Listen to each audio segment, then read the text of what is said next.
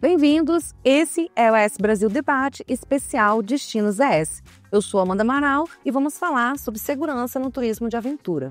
Vamos conversar com o deputado Coronel Wellington, presidente da Comissão de Turismo e de Esportes da Assembleia Legislativa. Obrigada pela presença. Muito obrigado. Eucleber Janes, presidente da Federação Capixaba de Voo Livre. Seja muito bem-vindo. Muito obrigado pelo convite.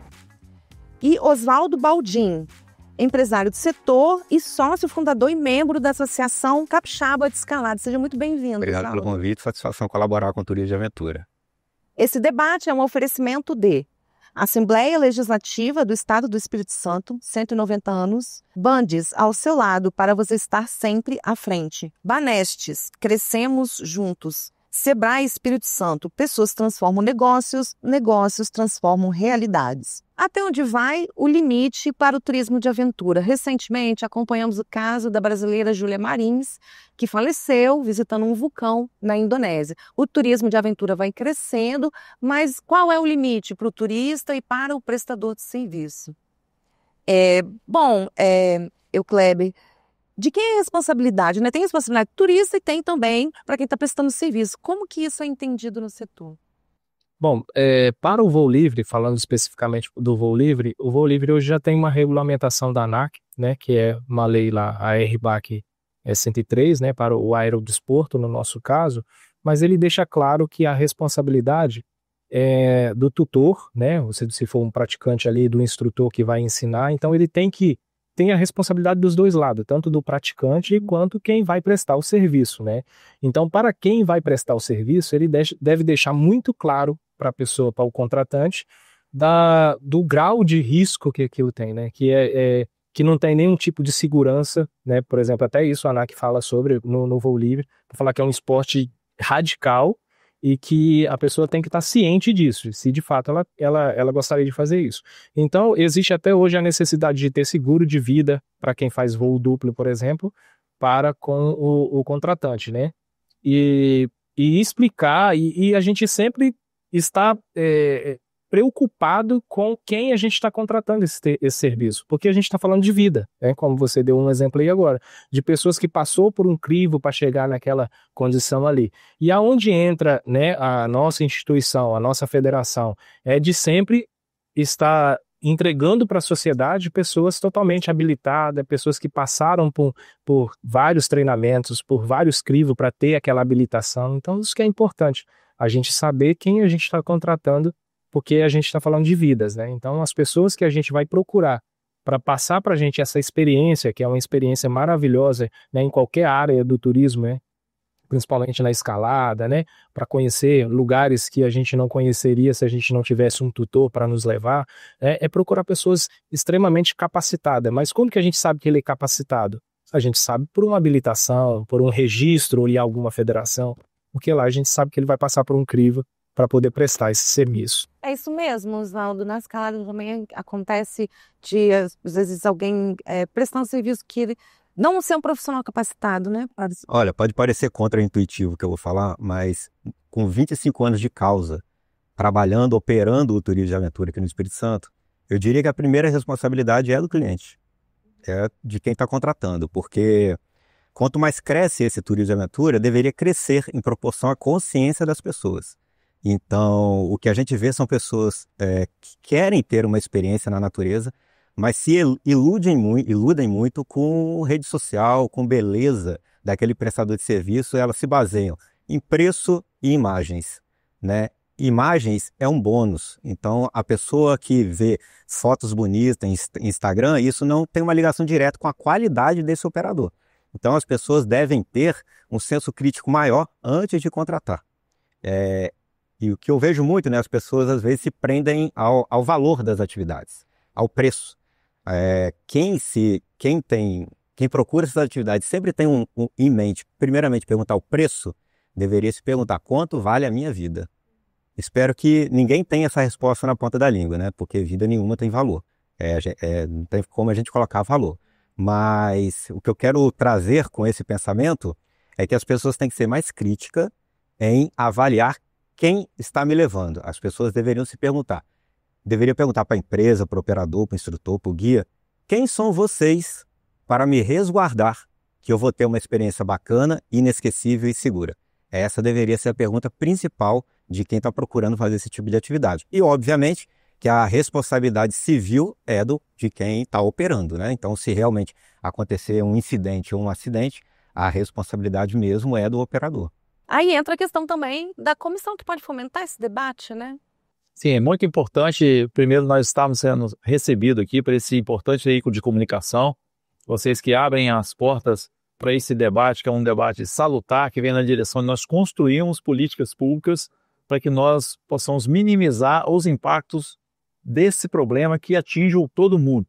E aqui foi muito bem explicado com relação à legalidade dos guias, a competência e a profissionalização desses guias para que, independente da sua finalidade, independente da sua atividade, que seja uma atividade de esportes radicais, eles possam ter conhecimento técnico do que estão fazendo, para que todas as medidas, desde as iniciais orientações para as pessoas praticantes, quanto também o equipamento necessário para aquela atividade seja disponibilizado para a pessoa. O equipamento, diga-se de passagem, ele feito a manutenção e adequado à atividade. E também o uso adequado desse equipamento para cada tipo de finalidade, cada tipo de atividade esportista. E, por fim, nós fazemos a gestão de risco de cada atividade. E essa gestão de risco, até onde vai o meu conhecimento, é muito importante para nós avaliarmos todas as peculiaridades que podem acontecer em razão da prática daquele tipo de esporte ou de atividade turística relacionado a um evento radical. E, por fim, a questão de uma eventualidade de acontecer um acidente ou incidente, as medidas necessárias já adotadas e orientadas com relação à emergência de deslocamento e também socorro a essa vítima. Bom, o Oswaldo até comentou, né? As redes sociais estão colocando vidas em risco. Essa questão de correr atrás do melhor momento e filmar e fazer selfie. Você já tinha comentado, né? Queria que você falasse um pouquinho mais sobre isso, a audácia das pessoas no uso das redes sociais. O que eu percebo, assim, que, vamos falar antigamente, estou falando de 10 anos atrás, as pessoas estavam indo para essas atividades. Vou falar minha área, né, que é montanhismo e escalada, e roteiros de turismo de aventura relacionado a isso. Elas realmente estavam indo para as montanhas para poder vivenciar a atividade de montanha. A experiência, né? Com essa divulgação de redes sociais e a popularização dessas atividades, operando essas atividades até hoje como eu estou, infelizmente eu percebo que a montanha, a natureza é só um complemento para a pessoa estar ali atualizando o perfil de foto delas. Então, infelizmente eu digo, porque a natureza, todas as experiências que a natureza tem a nos proporcionar é muito grandioso. Então, durante essas atividades, esses roteiros, a gente vê as pessoas andando pendurado numa corda, muito mais ligado aqui no celular do que está acontecendo e postando do que fazendo isso daqui. Observando, sentindo o ar puro, vivenciando esse ambiente. Então, e essa popularização das redes, como eu falei, ela traz uma coisa que as pessoas precisam se atentar. Não se iludir somente de imagens bacanas e achar que os prestadores daquele serviço, por fazer ótimas imagens, são também ótimos operadores. Pode ser que sim, gostaria que na maioria das vezes fosse, mas infelizmente não é só isso. Uhum. No seu caso já é voo livre, mas você tem esse sentimento também? Tenho, eu também sou instrutor, né, homologado pela Confederação Brasileira de Voo Livre e sou diretor técnico, né, também da Confederação, e então eu aplico prova da ANAC e também da Confederação de Habilitações.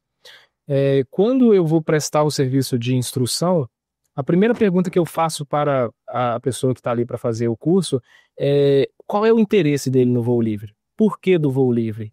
Né? Aonde você chegou com esse pensamento? E eu já me deparei com pessoas falando assim, Oswaldo, eu quero eu ter mais acesso às meninas, conseguir mais namorados. Eu falei, então você está morto, porque né, nunca vi a necessidade disso, mas essa é a importância. Tem pessoas que ele nasce com a vontade de voar. O homem nasceu com esse desejo de voar. Então, desde 1600 e alguma coisa, a gente já vem falando sobre voo, né? Muitas pessoas tentaram voar, muitas pessoas se mataram tentando voar, mas porque tinham desejo de voar. Hoje as pessoas têm o desejo de voar, às vezes, para ter alguma coisa para colocar na rede social.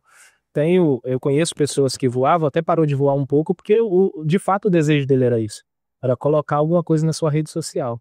E depois acabou abandonando o voo porque não fazia mais tanto sentido. Mas é assim, o desejo de voar, porque a pessoa viu lá alguém voando lá no Morro do Moreno, aí não prestou atenção às vezes que a pessoa estava lá sem capacete ou descalço, né? Então mas quer ter a experiência para poder postar, para poder publicar. E chega até as pessoas também porque viu na rede social, às vezes, né? E quem está mais exposto a colocar, geralmente, algum trabalho assim, são pessoas que não estão efetivamente homologadas. E como o deputado, a Assembleia pode auxiliar no sentido de ampliar essa área, né, ou intensificar a fiscalização? Que tipo de debate no campo, né, das leis que pode ser feito a respeito? Nós recebemos todas e quaisquer sugestões de nós apresentarmos projetos legislativos, regulamentação ou mesmo até projetos de leis vão na direção de nós reconhecemos algumas atividades como o esporte no Estado do Espírito Santo e as federações que são os órgãos técnicos para delimitar, não é, assim, a organização da atividade e também as exigências básicas para que a pessoa que se dispõe a praticar algum tipo de atividade turística que é relacionado a um esporte ou prática radical, que ele tenha parâmetros para seguir. E não que cada um, à sua maneira, vá de forma aleatória, achando que possa fazer de determinadas formas. Por isso que é muito importante esse balizamento pelas federações, criando essa disciplina, essa orientação de passo a passo, que a pessoa que está interessada em fazer uma prática dessa, ela tem que adotar, de buscar, não é, um guia turístico devidamente conhecedor do que está fazendo, da atividade, também do equipamento necessário para desempenhar aquela atividade e também de todo o arcabouço de legislação que possa estar favorável, caso venha acontecer algum incidente, ela também está segura. Tanto do seguro, como foi falado aqui, que em algumas atividades, inclusive, elas são pertinentes e são possíveis, até mesmo um contrato que a pessoa possa assinar, não é? Dando ciência de que ela está ciente de todo e qualquer risco que aquela atividade pode gerar. Obviamente que esse seguro não isenta a própria empresa, né, ou federação de ter responsabilidade civil em caso de algum incidente, porque existem várias formas de acontecer um incidente que não é decorrente só da empresa. Muitas das vezes a causa vem de vinculação de uma falta de atenção por uma pessoa querer tirar uma foto, ou até mesmo de condições climáticas que não foram observadas, ou até também de falha do equipamento de segurança que foi utilizado, que não teve a devida atenção, ou até mesmo, não é, o próprio equipamento existia, o equipamento condizente, um equipamento que era necessário, mas que não foi bem utilizado ou não foi bem orientado pelo guia ou pelo prestador de serviço. Então são nuances, são variações que possam existir e que todas essas variações, obviamente que a responsabilidade imediata é pelo prestador de serviço, mas de forma subsidiária pode ser de outras pessoas, outros entes envolvidos, porque pode ter, como na direção de um veículo, imprudência, negligência ou imperícia no uso, no trato dessa política pública, e nós, enquanto poder público da Assembleia Legislativa, nós estamos a inteiro dispor para receber, dialogar e construir a várias mãos qualquer legislação pertinente a essa regulamentação aqui no Estado. Kleber, você acompanha o caso da Júlia Marins, né? Da turista brasileira que foi à Indonésia e faleceu na visita ao vulcão. Que lições que a gente pode tirar, né, desse tipo de situação? E como é que é para os brasileiros que vão para outros países, né? Como podem se proteger lá, né?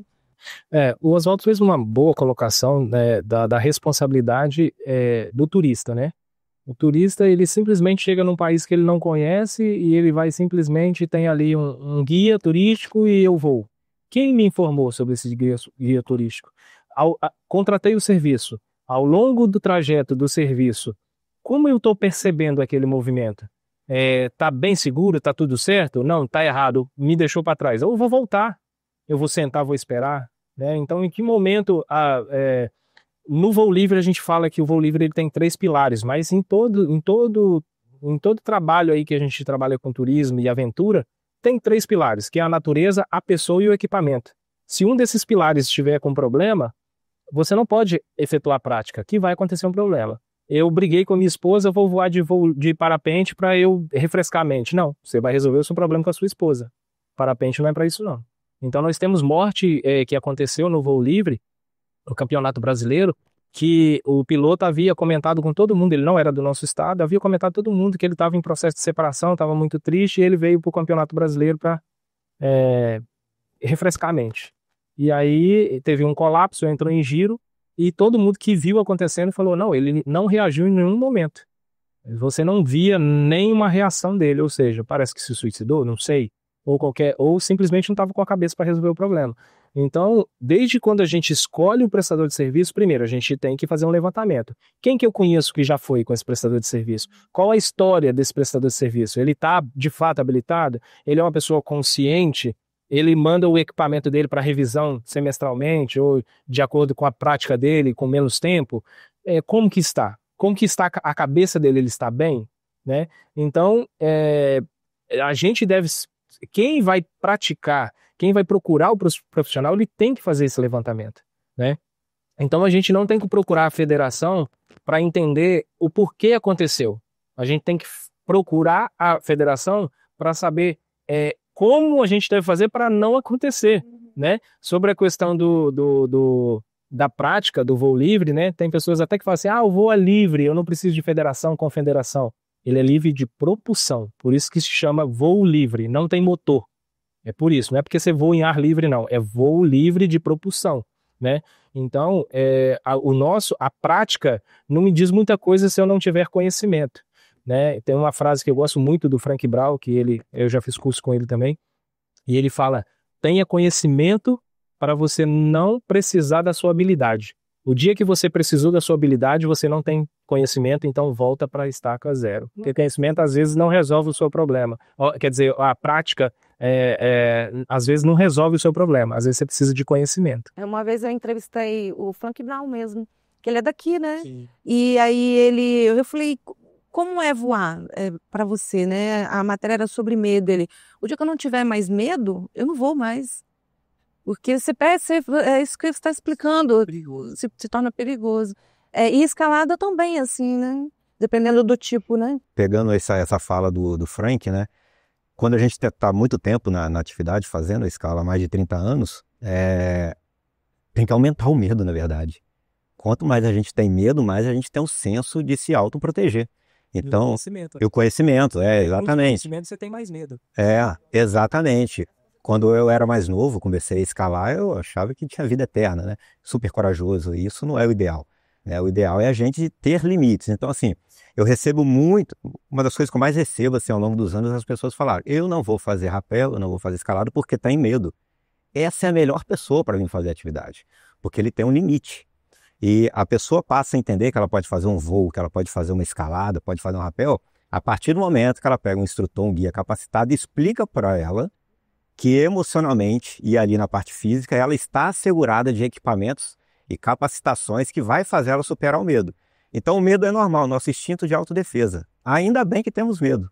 O problema é quando vem pessoas, por exemplo, extremamente que se dizem corajosas e para frente, vamos dizer assim. Os destemidos são os piores para poder estarem nessas atividades na natureza. E esses são perigosos mesmo.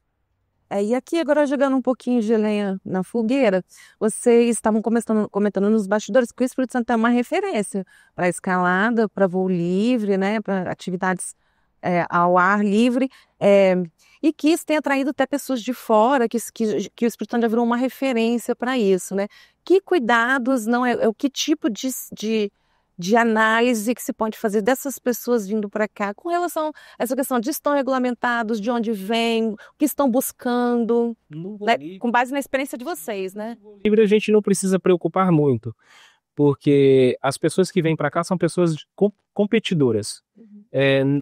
Não vem aqui turista que é iniciante e quer voar no Espírito Santo, né? Geralmente são competidores que querem aproveitar ali para treinar, porque lá eles não têm tempo de treinar. E como nós temos muito campeonato mundial, né, que também Por exemplo, agora a gente vai ter em Castelo o Campeonato Mundial e uma outra etapa e a gente teve uma etapa do Campeonato Capixaba, o Campeonato Brasileiro também aqui no Espírito Santo. Então essas pessoas já vêm antes do Mundial, por exemplo, e ficam rodando o Espírito Santo para voar em rampas diferentes, conhecer novos lugares, pegar novas atmosferas para voar, para ele treinar para o campeonato.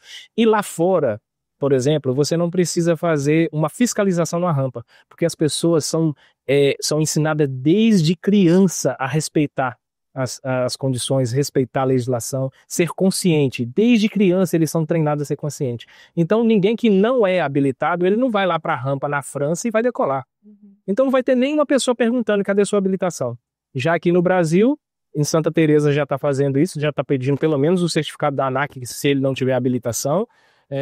Lá em Governador Valadares também, né? No Rio de Janeiro tem algumas rampas mais conhecidas, em São Conrado, por exemplo, você tem que apresentar sua habilitação, porque são pessoas, porque aqui no Brasil as pessoas não, vai lá e entra na internet, compra um parapente usado, né? Um equipamento hoje, completo, ele custa em média R$30 mil, em média, a vela e tudo que precisa.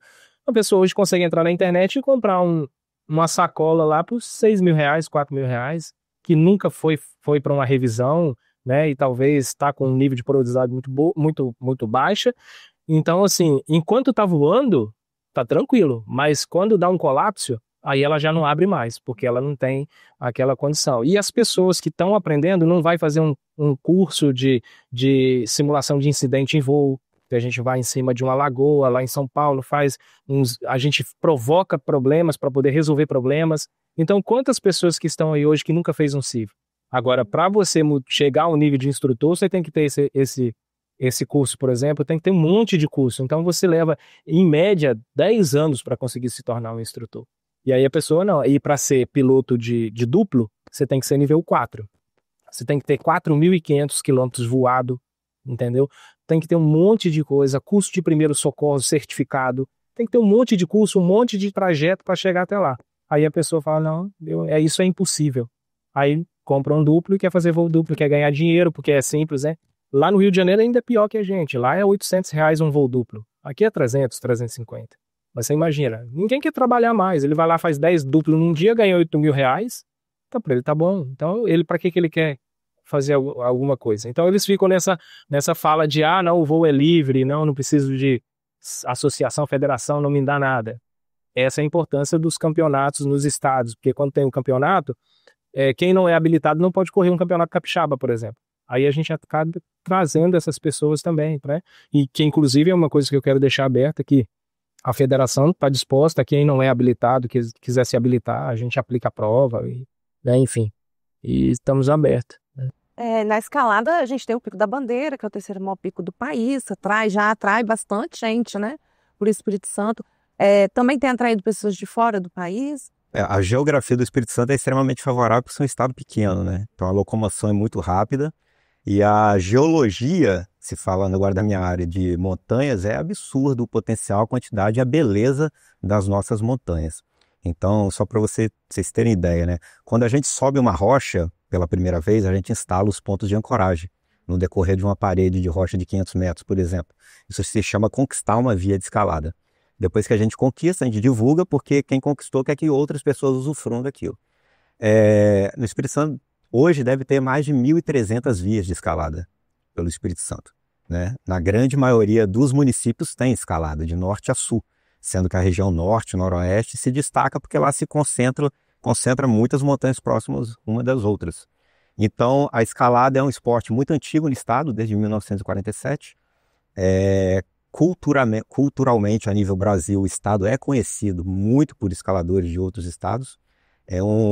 E em 2017, quando eu lancei um livro, que é o Escalada Capixaba, um livro de 700 páginas, eu cataloguei todas essas escaladas e ele acabou sendo uma grande porta de divulgação do estado. Então, depois de 2017 para 2018, muitos escaladores passaram a conhecer esse potencial do Espírito Santo e começaram a vir. E aí, acho que você puxou o gancho, né, para poder falar sobre a questão dos acidentes referente a esses visitantes, né? É uma coisa que a gente precisa distinguir, parece que é a mesma coisa, mas é completamente diferente. O esporte de aventura é uma coisa, o turismo de aventura é outra coisa. completamente diferente. O esporte de aventura é a pessoa, na sua prática amadora, ela ir praticar o voo livre dela. Lógico que dentro do voo livre tem normas, tem federação. Dentro da escalada é um pouco diferente. A pessoa, para poder praticar livremente como hobby, como esporte, ela não precisa ter um credenciamento, não precisa ter uma certificação, né? Ela como esportista, amador ou até mesmo profissional. Mas a partir do momento que a gente fala de turismo de aventura, aí começa uma relação comercial, né? E aí a gente está falando que é a pauta aqui, né? Falar de turismo de aventura. Aí tem as responsabilidades que a gente está falando. Mas, assim, historicamente, o Estado, muitas pessoas visitam o Estado para essas práticas e o nosso nível, assim, de incidente e acidente é muito mínimo, muito mínimo. No voo livre também, pô. No voo livre também. Então, assim, hoje, como eu digo, no nosso estado, os nossos pilotos se machucam bem pouco, assim, os nossos relatos, assim, de incidente é pouco, de acidente menos ainda, né? Como o deputado o coronel falou aqui sobre a questão de suporte ali, de resgate, né? A Polícia Militar tem nos ajudado muito com a Nota E, né? Com o helicóptero. Então, toda vez que eles foram acionados, sempre atendeu. Todo o campeonato capixaba faz parte da norma ter o corpo de bombeiro, né? E já com pessoas especialistas de resgate em altura. Então, o Corpo de Bombeiro também sempre presente, que é uma lei também da Assembleia Legislativa, de que quando for solicitado pela Federação Capixaba não tem custo algum, né, para os organizadores. Então a gente sempre está lá. Mas a gente não tem tido problema com acidentes do nosso estado, né? E quando os acidentes que tem tido no voo livre, como eu tinha dito antes, nos bastidores, tem acontecido muito com o wingsuit, que não é da nossa prática, né? Assim, é voo livre também, mas não faz parte da nossa federação, nem da nossa confederação mesmo. A nossa confederação é de voo livre, parapente e asa delta. Não é também de wingsuit, de balão, a gente não entra nessa seara, porque nós não temos conhecimentos e nem normas para isso, né? As nossas normas são dedicadas já ao longo de todos esses anos, desde o final da década de 70 até hoje, para a prática de asa delta e parapente. Encerrando, né, foi um debate bem técnico, acho que ficou bem esclarecido para quem está em casa, né, o que deve fazer na hora de procurar uma opção de turismo de aventura ou até mesmo praticar o esporte de aventura. Aí eu queria encerrar com o Coronel Wellington. Você comentou também nos bastidores sobre a importância do turismo após a reforma tributária, né? E aí, diante do debate que a gente acompanhou aqui, tantos pontos que foram citados, né, turísticos, Pico da Bandeira, né, as rochas no norte e no noroeste do estado. Qual que é a importância da gente continuar fomentando esse turismo que é um turismo que está chamando a atenção nesse momento, que é o turismo de aventura que vem crescendo ultimamente no estado? Sim, é a importância de nós estabelecermos uma política pública, desenvolvermos a várias mãos essa política pública, na qual o turismo ele subsiste sobre 3 pilares fundamentais. O poder público fazendo a parte dele, os empreendedores ou empresários fazendo a parte dele e a própria população ou usuário também fazendo a parte dele, observando as regras de segurança, né? Voltando ao que você falou sobre a questão lá da Indonésia, nós tivemos ali uma sequência de erros. Primeiro, que o poder público não se fazia presente, o guia ele também não era uma pessoa competente, devidamente instruído, com o equipamento necessário, faltou sinalização naquela rota onde a menina passou e também após a queda dela, não tinha equipamento suficiente, corda na extensão necessária para fazer o resgate de onde ela caiu.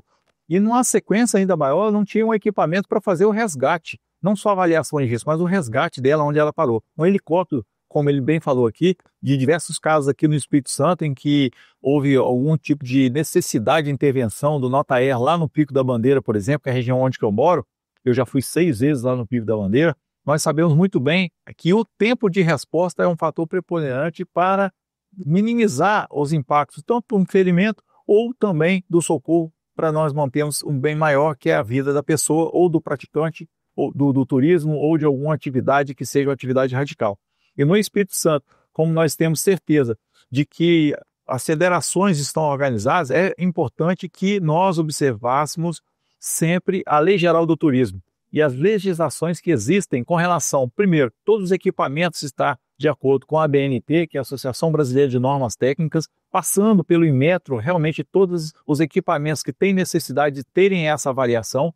E, por fim, também nós temos a legislação referente a Lei 10.053 de 2023, que faz essa regulamentação com relação à capacitação dos guias, dos agentes envolvidos na orientação do turista e também da responsabilidade que nós temos, não só de desenvolver a atividade comercial, mas também de nós estarmos alinhados com o meio ambiente de uma forma equilibrada. Sustentabilidade. Então, é esse contexto do poder público, do empreendedor ou empresário, do próprio cidadão ou desportista ou turista, que vem ao Estado do Espírito Santo, ou até mesmo do próprio Estado do Espírito Santo, porque nós temos aqui, dentro do próprio Estado, a grande maioria das pessoas que praticam determinadas, não só atividades de rapel, de montanhismo, ou de voo livre, ou também até mesmo de mergulho aquático. Nós temos aqui Guarapari, que está liderando, é um expoente nesse item.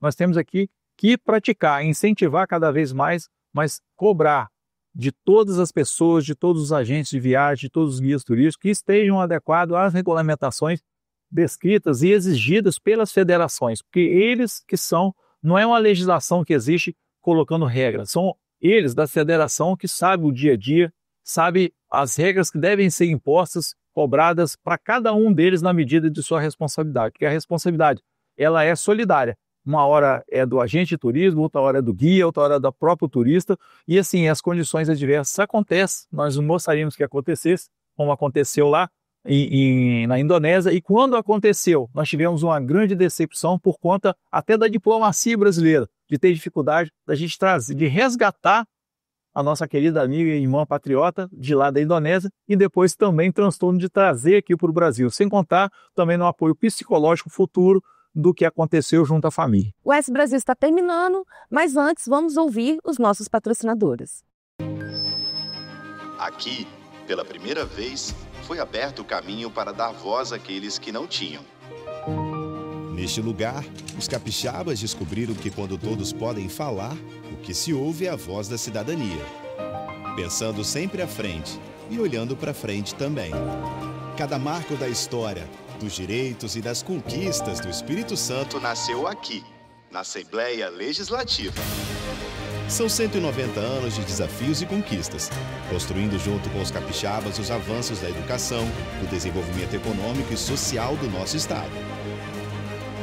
Abrindo as portas para todos, representando a sociedade com diversidade, transparência e modernidade. E o que esperar do futuro? Juntos, vamos continuar fazendo história.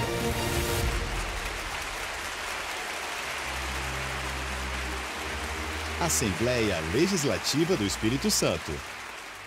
O Espírito Santo é uma terra de oportunidades, um dos estados mais competitivos para a abertura de negócios e a atração de investimentos. E o Bandes é o parceiro estratégico para empresas que atuam no mercado capixaba. Somos um agente transformador da realidade local, com soluções para dar competitividade aos setores produtivos. Apoiamos os ecossistemas de inovação, a implantação de tecnologia e de infraestrutura. Financiamos a modernização industrial, o setor turístico e as empresas de comércio e de serviços. Também trabalhamos na estruturação de parcerias público-privadas e com programas de fomento. Sempre alinhados às causas de sustentabilidade, buscando preservar os recursos naturais. Bandes, investindo na transformação sustentável do Espírito Santo.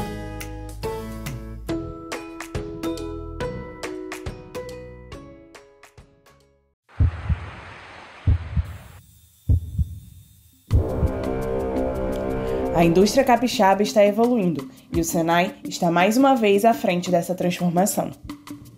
Apresentamos o Senai Porto, a primeira unidade profissionalizante dentro de uma área portuária no Espírito Santo.